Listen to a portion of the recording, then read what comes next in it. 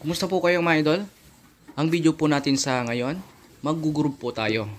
Group na square. Yan. So hindi na po natin to papatagalin, umpisahan na po natin. Dahil may pintura po yung ating bowling mga idol. So tinitiktikan po natin. Pagkatapos po natin tong tiktikan, so gagamit po tayo dito ng concrete nail na pako.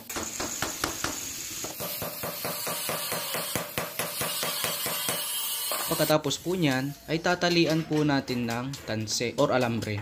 Pero yung ginawa po namin rito ay tanse na lang po yung aming ginamit. Dito naman sa lapad ng ating palitada ay nasa 15 cm. Then dito naman sa kapal ng ating palitada ay nasa 1 inch yung kapal niya. Tapos dito sa kanyang groove, ang spacing po niyan ay 1 inch na rin po mga idol. Yan.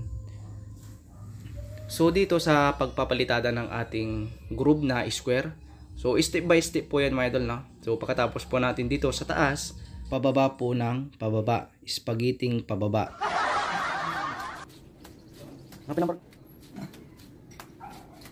Yan, pagkatapos nga natin tong tapalan mga idol at barahin, ay pwede na po natin tong bulihin. So pagkatapos po natin tong bulihin mga idol, so gagamit po tayo ng bara or anumang klaseng bara, basta tuwid po mga idol. Tapos itatapa lang po natin dito sa may tanse. Yan. Tapos tatabasin na po natin yan gamit ang kutsara at tinidor.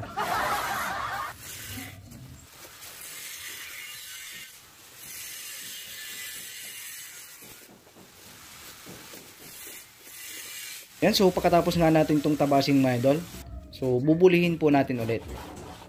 Yan.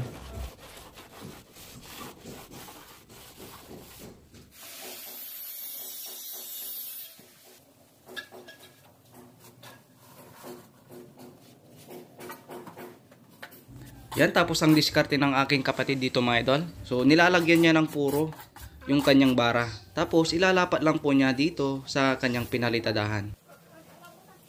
Tapos itatapat po natin ulit dito sa ating tansi. Yan. Yan, so tignan po natin yung kanyang diskarte rito. Yan. So kahit walang maghahawak diyan mga idol, ay hindi po siya mahuhulog. Galing.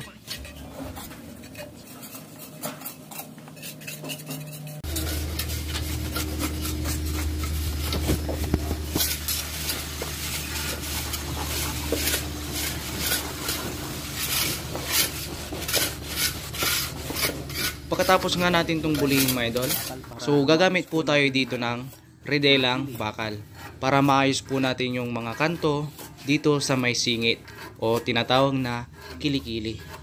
Yan, okay. Iyon, okay na po mga idol. Yan, ayos na po yung mga kanto. So hindi po natin yan pupuruhan mga idol. Papakatasin lang po natin yan gamit ang redelang bakal. Kung gusto po ninyo ng mga ganitong content ay mag-like na. At kung gusto po ninyo na ma-update sa mga bago nating mga videos ay mag-follow na rin po kayo mga idol. Yun lang po mga idol. Hanggang sa susunod na naman pong video na ating gagawin. Maraming salamat po sa inyong patuloy na suporta.